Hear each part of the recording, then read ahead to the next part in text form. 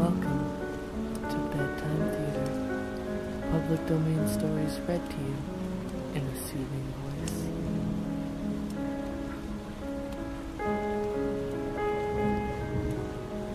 The Yellow Wallpaper by Charlotte Perkins Gilman. It is very seldom that mere ordinary people like John and myself secure ancestral halls for the summer, a colonial mansion, a hereditary estate, I would say a haunted house, and reach the height of romantic felicity. But that would be asking too much of fate. Still, I will profoundly declare that there is something queer about it. Else, why should it be let so cheaply? And why have stood so long unattended? John laughs at me, of course, but one expects that in a marriage. John is practical in the extreme. He has no patience with faith and intense horror of superstition, and he scoffs openly at any talk of things not to be felt and seen and put down in figures. John is a physician, and perhaps, I would not say it to a living soul, of course, but this is dead paper and a great relief to my mind. Perhaps that is one reason I do not get well faster. You see, he does not believe I am sick. And what can one do? If a physician of high standing and one's own husband assures friends and relatives that there is really nothing the matter with one but temporary nervous depression, a slight hysterical tendency, what is one to do? My brother is also a physician, and also of high standing, and he says the same thing.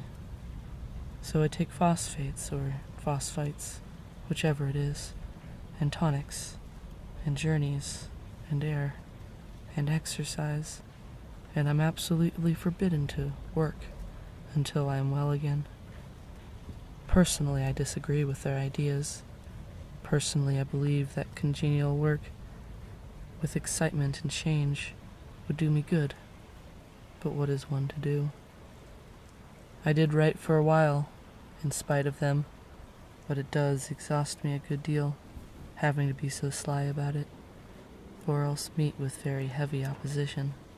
I sometimes fancy that in my condition, if I had less opposition and more society and stimulus, but John says the very worst thing I can do is think about my condition, and I confess it always makes me feel bad.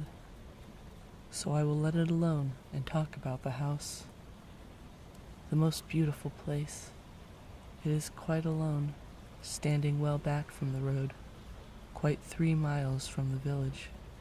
It makes me think of English places that you read about, for there are hedges and walls and gates that lock, and lots of separate little houses for gardeners and people. There is a delicious garden. I never saw such a garden. Large and shady, full of box-bordered paths and lined with grape-covered arbors with seats under them. There were greenhouses, too, but they are all broken now. There was some legal trouble, I believe, something about the heirs and co-heirs. Anyhow, the place has been empty for years. That spoils my ghostliness, I am afraid, but I don't care. There is something strange about the house. I can feel it. I even said so to John one moonlight evening, but he said what I felt was a draught, and shut the window. I get unreasonably angry with John sometimes. I'm sure I never used to be so sensitive. I think it is due to this nervous condition. But John says if I feel so, I shall neglect proper self-control.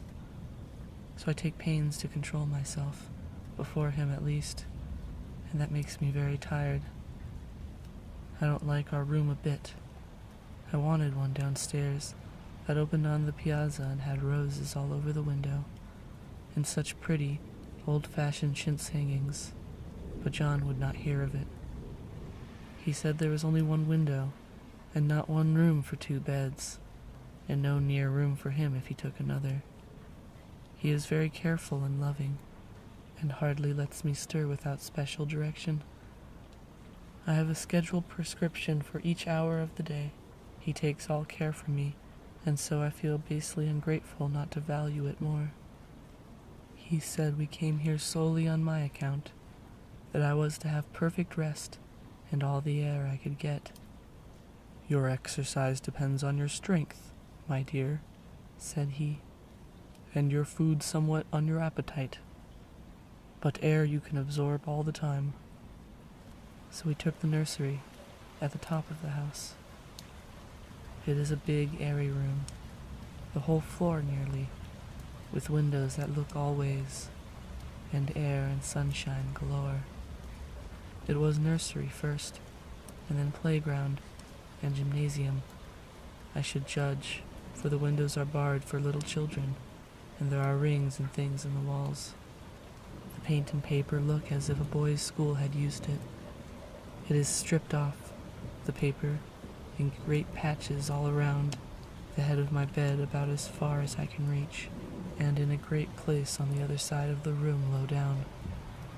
I never saw a worse paper in my life, one of those sprawling, flamboyant patterns, committing every artistic sin. It is dull enough to confuse the eye in following, pronounced enough to constantly irritate and provoke study.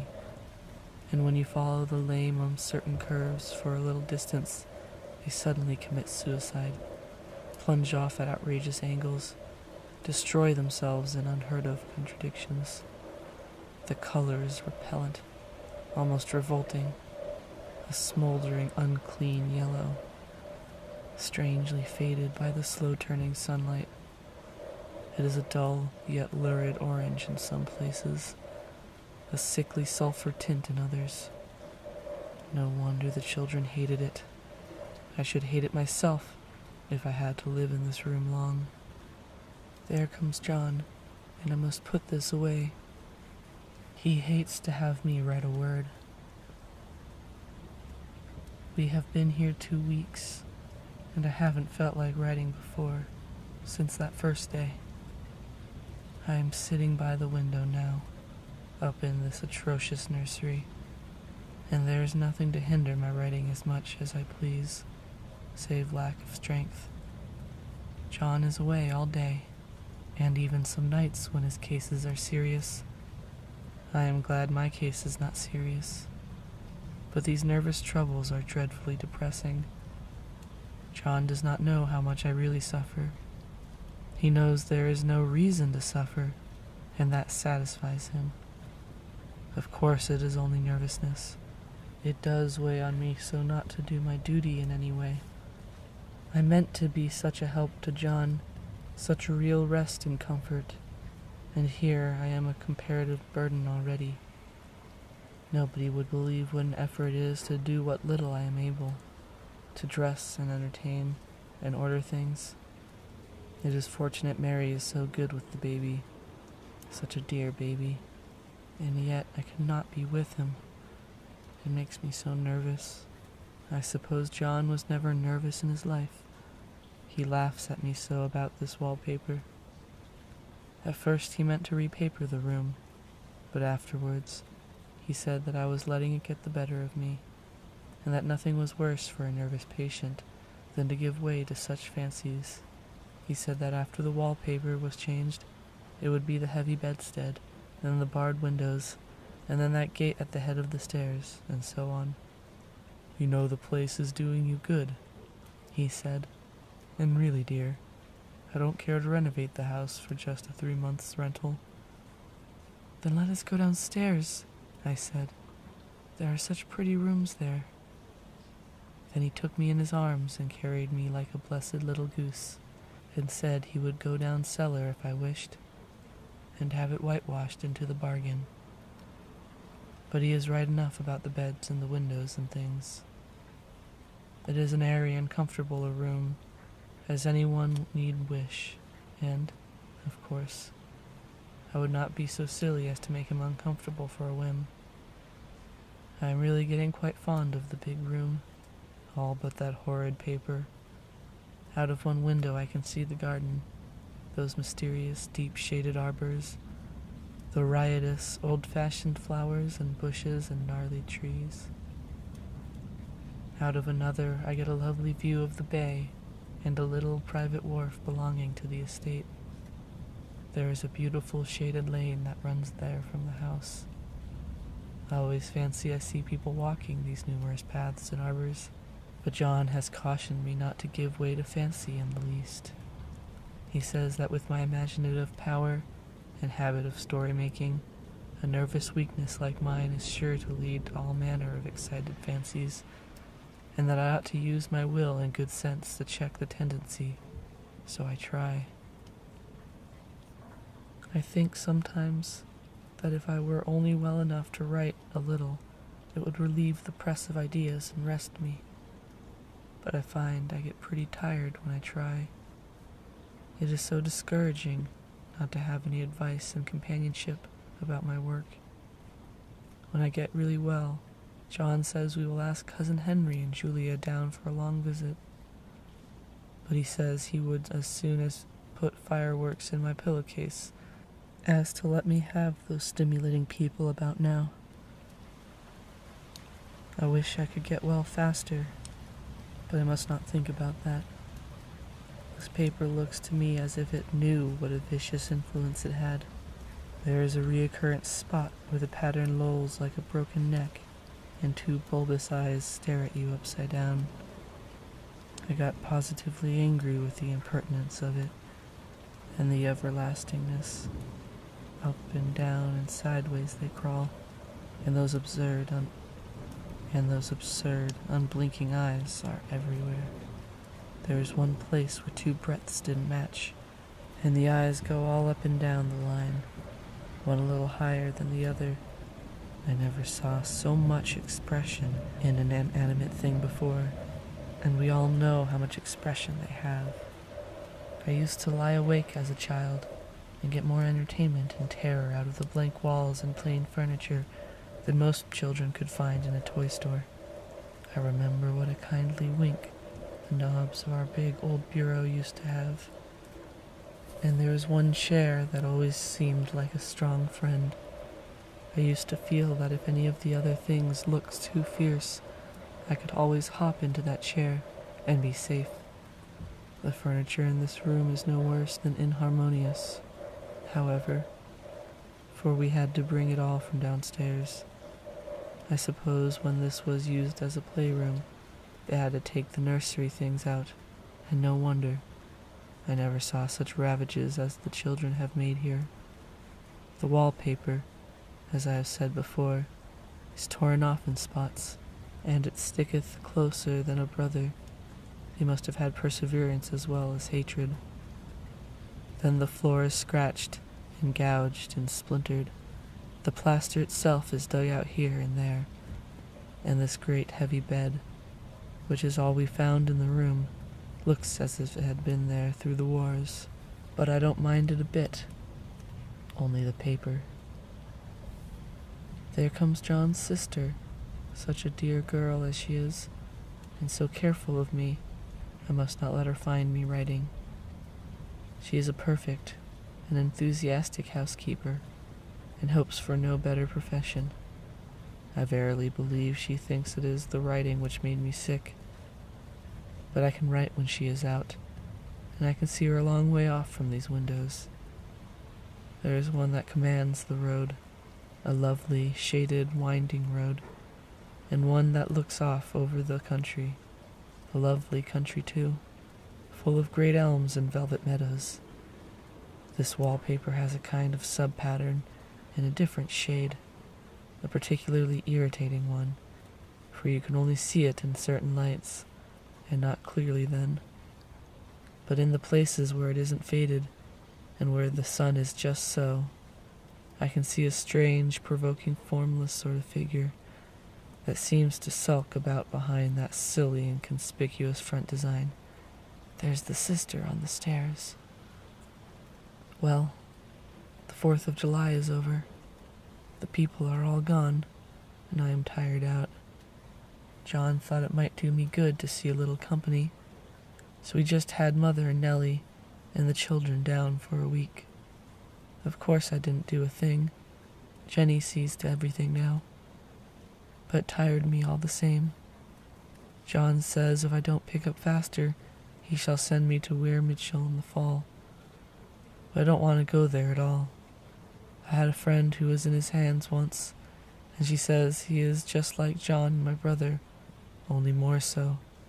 Besides, it is such an undertaking to go so far. I don't feel as if it was worthwhile to turn my hand over for anything, and I am getting dreadfully fretful and querulous. I cry at nothing, and cry most of the time. Of course I don't when John is here, or anybody else, but when I am alone. And I am alone a good deal just now. John is kept in town very often by serious cases, and Jenny is good and lets me alone when I want her to. So I walk a little in the garden, or down by that lovely lane, sit on the porch under the roses, and lie down up here a good deal. I'm really getting fond of the room, in spite of the wallpaper. Perhaps because of the wallpaper. It dwells on my mind so. I lie here on this great immovable bed. It is nailed down, I believe, and follow that pattern about by the hour. It is as good as gymnastics, I assure you. I start, we'll say, at the bottom, down in the corner over there where it has not been touched, and I determine for the 1000th time that I will follow that pointless pattern to some sort of conclusion. I know a little of the principles of design, and I know this thing was not arranged on any laws of radiation, or alternation, or repetition, or symmetry, or anything else I had ever heard of. It was repeated, of course, by the breadths, but not otherwise. Looked at in one way, each breadth stands alone in the bloated curves and flourishes, a kind of debased Romanesque with delirium trim and go waddling up and down in isolated columns of futility. But, on the other hand, they connect diagonally, and the sprawling outlines run off in great slanting waves of optic horror, like a lot of wallowing seaweeds in full chase. The whole thing goes horizontally, too. At least it seems so, and I exhaust myself in trying to distinguish the order of its going in that direction. They have used a horizontal breadth for a frieze that adds wonderfully to the confusion. There is one end of the room where it is almost intact, and there, when the cross lights fade and the low sun shines directly upon it, I can almost detect fancy radiation.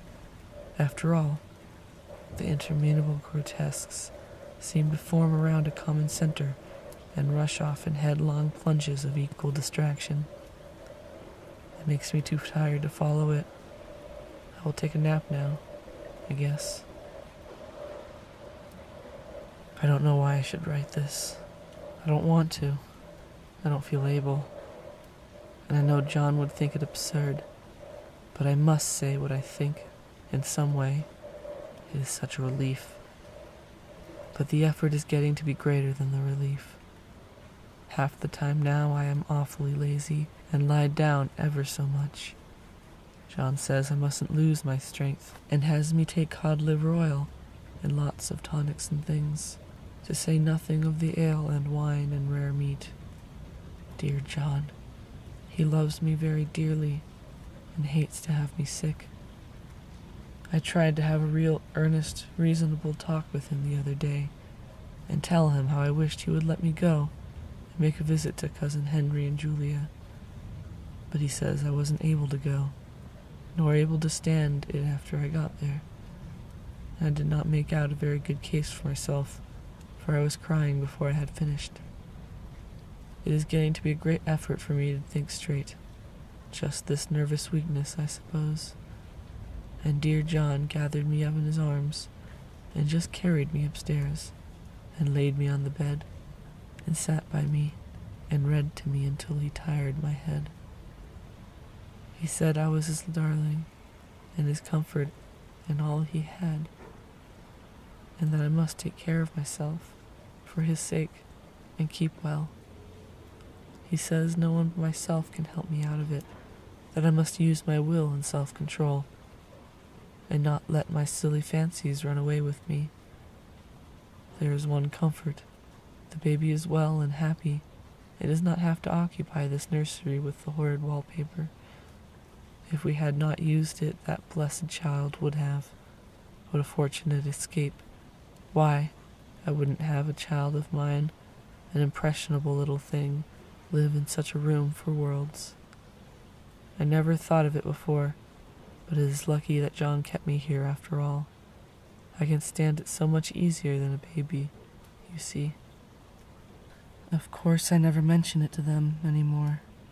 I am too wise. But I keep watch of it all the same. There are things in that paper that nobody knows but me, or ever will. Behind that outside pattern, the dim shapes get clearer every day. It is always the same shape, only very numerous. And it is like a woman stooping down and creeping about behind that pattern. I don't like it a bit. I wonder, I begin to think, I wish John would take me away from here. It is so hard to talk with John about my case, because he is so wise, and because he loves me so. But I tried it last night. It was moonlight. The moon shines in all around, just as the sun does. I hate to see it sometimes. It creeps so slowly, and always comes in one window or another. John was asleep, and I had to waken him, so I kept still and watched the moonlight on that undulating wallpaper till I felt creepy. The faint figure behind seemed to shake the pattern, just as if she wanted to get out. I got up softly and went to feel and see if the paper did move, and when I came back, John was awake. "What is it, little girl?" he said. "Don't go walking around like that. You'll get cold." I thought it was a good time to talk. I told him that I really was not gaining here, and that I wished he would take me away. "Why, darling," said he, "our lease will be up in 3 weeks, and I can't see how to leave before. The repairs are not done at home, and I cannot possibly leave town just now. Of course, if you were in any danger I could and would, but you really are better, dear, whether you can see it or not. I am a doctor, dear, and I know. You are gaining flesh and color. I feel really much easier about you." "I don't weigh a bit more," said I, "nor as much, and my appetite may be better in the evening when you are here, but it is worse in the morning when you are away." "Bless her little heart," said he with a big hug. "She shall be as sick as she pleases. But now let's improve the shining hours by going to sleep and talk about it in the morning." And you won't go away?" I asked gloomily. "Why, how can I, dear? It is only 3 weeks more, and then we will take a nice little trip of a few days while Jenny is getting the house ready. Really, dear, you are better." "Better in body, perhaps," I began, and stopped short, for he sat up straight and looked at me with a wild, stern, reproachful look that I could not say another word.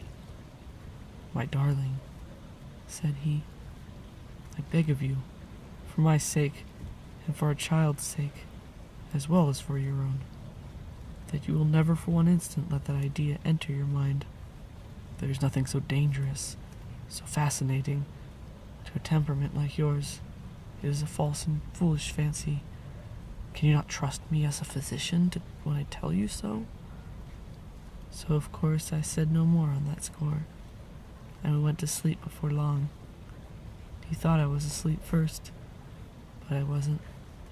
I lay there for hours trying to decide whether the front pattern and the back pattern really did move together or separately. On a pattern like this, by daylight, there's a lack of sequence, a defiance of law, that is a constant irritant to a normal mind. color's hideous enough, and unreliable enough, and infuriating enough, but the pattern is torturing. You think you have mastered it, but just as you get well underway in following, it turns a back somersault, and there you are, slaps you in the face, knocks you down, and tramples upon you. It is like a bad dream. The outside pattern is a florid arabesque, reminding one of fungus. If you can imagine a toadstool in joints, an interminable string of toadstools, budding and sprouting in endless convolutions, why, that is something like it. That is, sometimes. There is one marked peculiarity about this paper, a thing nobody seems to notice but myself, and that it changes as the light changes. When the sun shoots in through the east window, I always watch for that first long, straight ray.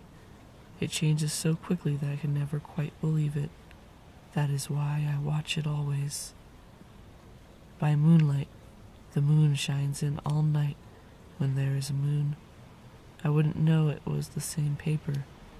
At night, in any kind of light, in twilight, candlelight, lamplight, and worst of all, by moonlight, it becomes bars. The outside pattern, I mean, and the woman behind it, it is as plain as can be. I didn't realize for a long time what the thing was that showed behind, that dim sub-pattern, but now I am sure it is a woman. By daylight she is subdued, quiet. I fancy it is the pattern that keeps her so still. It is so puzzling. It keeps me quiet by the hour. I lie down ever so much now. John says it is good for me, and to sleep all I can. Indeed, he started the habit by making me lie down for an hour after each meal. It is a very bad habit, I'm convinced, for, you see, I don't sleep, and that cultivates deceit, for I don't tell them I'm awake. Oh no. The fact is, I'm getting a little afraid of John. He seems very queer sometimes, and even Jenny has an inexplicable look. It strikes me occasionally, just as a scientific hypothesis, that perhaps it is the paper. I've watched John when he did not know I was looking, and come into the room suddenly on most innocent excuses. I've caught him several times looking at the paper. And Jenny, too. I caught Jenny with her hand on it once. She did not know I was in the room, and I asked her in a very quiet voice, with the most restrained manner possible, what she was doing with the paper. She turned around as if she had been caught stealing, and looked quite angry, asked me why I should frighten her so. Then she said that the paper stained everything it touched, and she had found yellow smooches on all my clothes and John's, and she wished we would be more careful. Did not that sound innocent?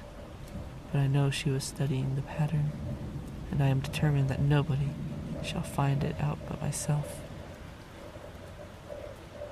Life is very much more exciting now than it used to be. You see, I have something more to expect, to look forward to watch. I really do eat better, and am much more quiet than I was. John is so pleased to see me improve. He laughed a little the other day, and said I seemed to be flourishing, in spite of my wallpaper. I turned it off with a laugh. I had no intention of telling him it was because of the wallpaper. He would make fun of me. He might even want to take me away. I don't want to leave now, until I have found it out. There is a week more, and I think that will be enough. I'm feeling ever so much better.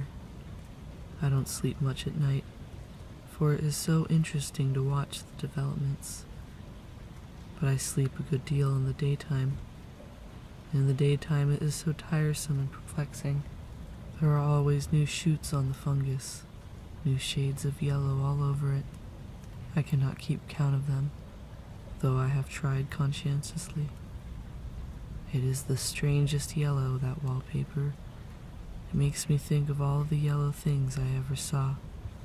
Not beautiful ones like buttercups, but old, foul, bad yellow things. But there is something else about that paper. The smell. I noticed it the moment we came into the room, but with so much air and sun, it was not bad. Now we have a week of fog and rain, and whether the windows are open or not, the smell is here. It creeps all over the house. I find it hovering in the dining room, skulking in the parlor, hiding in the hall, lying in wait for me on the stairs. It even gets into my hair. Even when I go to ride, if I turn my head suddenly and surprise it, there is that smell. Such a peculiar odor, too. I have spent hours trying to analyze it, to find what it smelled like. It is not bad, at first, and very gentle, but quite the subtlest, most enduring odor I have ever met. In this damp weather, it is awful. I wake up in the night and find it hanging over me. It used to disturb me at first. I thought seriously of burning the house to reach the smell. But now I am used to it. The only thing I can think of that it is like is the color of the paper, a yellow smell. There is a funny mark on the wall, low down, near the mopboard, a streak that runs around the room. It goes behind every piece of furniture except the bed, a long, straight, even smooch, as if it had been rubbed over and over. I wonder how it was done, and who did it, and what they did it for. Round and round and round and round and round. It makes me dizzy. I really have discovered something at last. Through watching so much at night, when it changes so, I have finally found out. The front pattern does move, and no wonder the woman behind shakes it. Sometimes I think there are a great many women behind, and sometimes only one, and she crawls around fast, and her crawling shakes it all over. Then, in the very bright spots, she keeps still, and, in the very shady spots, she just takes hold of the bars and shakes them hard. And she is all the time trying to climb through, but nobody could climb through that pattern. It strangles so. I think that is why it has so many heads. They get through, and then the pattern strangles them off and turns them upside down and makes their eyes white. If those heads were covered or taken off, it would not be half so bad. I think that woman gets out in the daytime, and I'll tell you why, privately. I've seen her. I can see her out of every one of my windows. It is the same woman, I know, for she is always creeping, and most women do not creep by daylight. I see her in that long, shaded lane, creeping up and down. I see her in those dark gray arbors, creeping all around the garden. I see her on that long road under the trees, creeping along, and when a carriage comes, she hides under the blackberry vines. I don't blame her a bit. It must be very humiliating to be caught creeping by daylight. I always lock the door when I creep by daylight. I can't do it at night, for I know John would suspect something at once. And John is so queer now that I don't want to irritate him. I wish he would take another room. Besides, I don't want anyone to get that woman out at night but myself. I often wonder if I could see her out of all the windows at once. But, turn as fast as I can only see out of one at one time. And though I always see her, she may be able to creep faster than I can turn. I have watched her sometimes away off in the open country, creeping as fast as a cloud shadow in a high wind. If only that top pattern could be gotten off from the under one. I mean to try it, little by little. I have found out another funny thing, but I shan't tell it this time. It does not do to trust people too much. There are only 2 more days to get this paper off, and I believe John is beginning to notice. I don't like the look in his eyes, and I heard him ask Jenny a lot of professional questions about me. She had a very good report to give. She said I slept a good deal in the daytime. John knows I don't sleep very well at night, for all I'm so quiet. He asked me all sorts of questions, too, and pretended to be very loving and kind, as though I couldn't see through 'em. Still, I don't wonder if he acts too, sleeping under this paper for 3 months. It only interests me, but I feel sure John and Janine are secretly affected by it. Hurrah! This is the last day, but it is enough. John is to stay in town overnight, and won't be out until this evening. Jenny wanted to sleep with me, the sly thing, but I told her I should undoubtedly rest better for a night all alone. That was clever, for really I wasn't alone a bit, as soon as it was moonlight, and that poor thing began to crawl and shake the pattern. I got up and ran to help her. I pulled and she shook. I shook and she pulled. And before morning, we had peeled off yards of that paper, a strip about as high as my head and half around the room. And when the sun came, and that awful pattern began to laugh at me, I declared I would finish it today. We go away tomorrow, and they are moving all my furniture down again to leave things as they were before. Jenny looked at the wall in amazement, but I told her merrily that I did it out of pure spite at the vicious thing. She laughed and said she wouldn't mind doing it herself, but I must not get tired. How she betrayed herself that time. But I am here, and no person touches this paper but me, not alive. She tried to get me out of the room. It was too patent. But I said I was too quiet.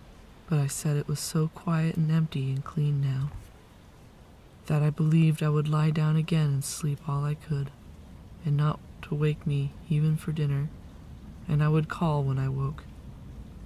So now she is gone, and the servants are gone, and the things are gone, and there is nothing left but that great bedstead, nailed down with the canvas mattress we found on it. We shall sleep downstairs tonight, and take the boat home tomorrow. I quite enjoy the room, now it is bare again. How those children did tear about here. This bedstead is fairly gnawed, but I must get to work. I have locked the door and thrown the key down onto the front path. I don't want to go out. I don't want to have anybody come in till John comes. I want to astonish him. I've got a rope up here that even Jenny did not find. If that woman does get out and tries to get away, I can tie her. But I forgot. I could not reach far without anything to stand on. This bed will not move. I tried to lift and push it until I was lame, and then I got so angry I bit off a little piece at one corner, but it hurt my teeth.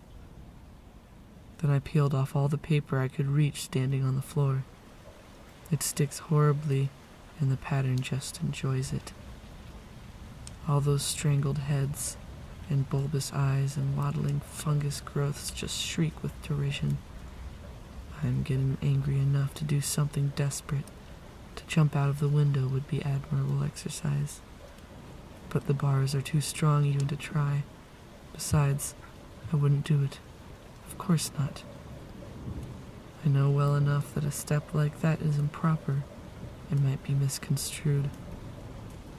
I don't like to look out of the windows even. There are so many of those creeping women, and they creep so fast. I wonder if they all came out of that wallpaper, as I did. But I am securely fastened now by my well-hidden rope. You don't get me out in that road there. I suppose I shall have to get back behind the pattern when it comes night, and that is hard. It is so pleasant to be out in this great room and creep around as I please. I don't want to go outside. I won't, even if Jenny asks me to. For outside you have to creep on the ground, and everything is green instead of yellow. But here I can creep smoothly on the floor, and my shoulder just fits in that long smooch around the wall, so I cannot lose my way. Why, there's John at the door. It is no use, young man. You can't open it. How he does call and pound. Now he's crying for an axe. It would be a shame to break down that beautiful door. John, dear, I said in the gentlest voice, the key is down by the front steps, under a plantain leaf. That silenced him for a few moments. Then he said, very quietly indeed, open the door, my darling. I can't, said I. The key is down by the front door, under a plantain leaf. And then I said it again, and then I said it again, several times, very gently and slowly, and said it so often that he had to go and see. And he got it, of course, and came in. He stopped short by the door. What is the matter? For God's sake, what are you doing? I kept on creeping just the same, but I looked at him over my shoulder. I've got out at last, said I, in spite of you and Jane, and I've pulled off most of the paper, so you can't put me back. Now why should that man have fainted? But he did, and right across my path by the wall, so that I have to creep over him every time.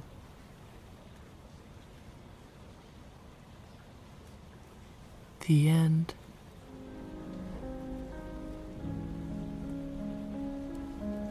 This has been a production of Bedtime Theatre, read to you by Leah Lowe. Good night, and sleep